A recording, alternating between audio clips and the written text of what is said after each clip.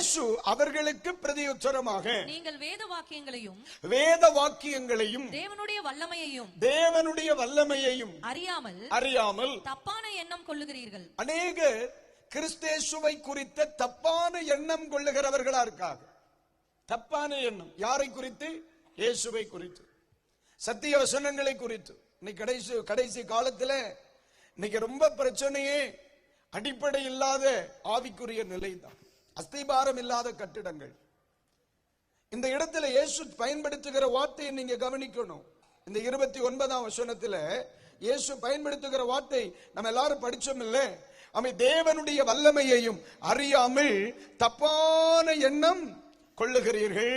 இன்னைக்கு அநேகருடைய இருதயத்தில் இருக்கிற தப்பான எண்ணங்கள் எல்லாம் வெளியே வந்தாங்க. அநேகருக்குள்ளே தப்பான எண்ணம் வருவதற்கு காரணம் என்ன?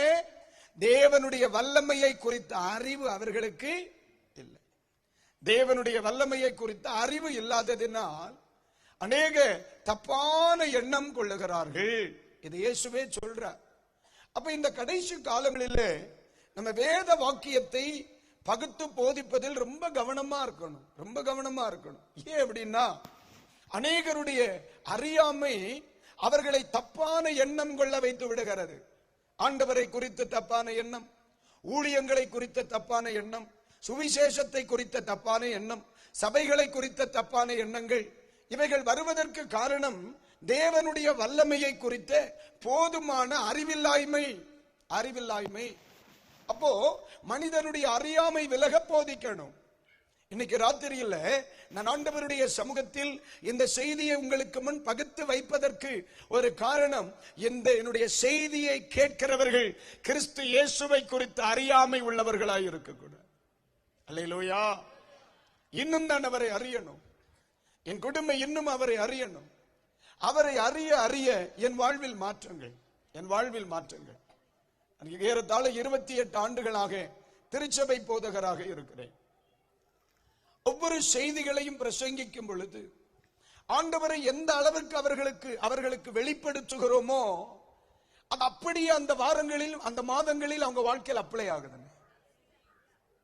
உன் தேவன் சமாதானத்தை உனக்கு தருவார், அவரால் உங்களுக்கு சமாதானத்தை தர முடியும், இன்றைக்கு ராத்திரி அல்லது பகல் உங்களுக்கு கிடைக்கப்பெறுகிறது என்று நான் பிரசங்கித்து அனுப்பினால் அந்த வாரத்திலே அநேக சாட்சிகளை நான் கேட்பேன்.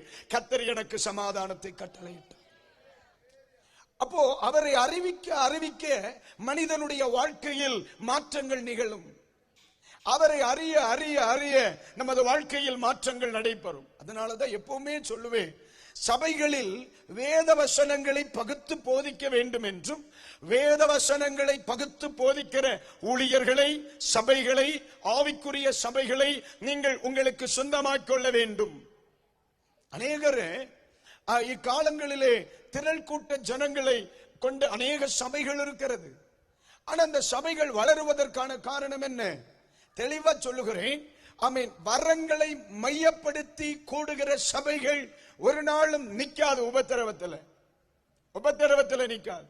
வசனத்தை மையப்படுத்தி ஒரு சபை வளருமானால் அந்த சபை எந்த பெருங்காற்றையும் சந்திக்கும். ஹல்லேலூயா. அப்ப நீங்க நல்லா கவனிக்கணும். இந்த கடைசி காலங்களிலே நம்முடைய செய்திகள் அவரை அறிவிக்கவும், அவரை அறிந்து கொள்வதற்கும், இரண்டாவதாக ஆமென், அவரை விசுவாசிப்பதற்கும் இந்த இரவிலே இந்த வார்த்தைகள் உங்களுக்கு பேருதவியாக இருப்பதாக. கைகளை உயர்த்தி ஒரு அல்லேலூயா சொல்லுங்க.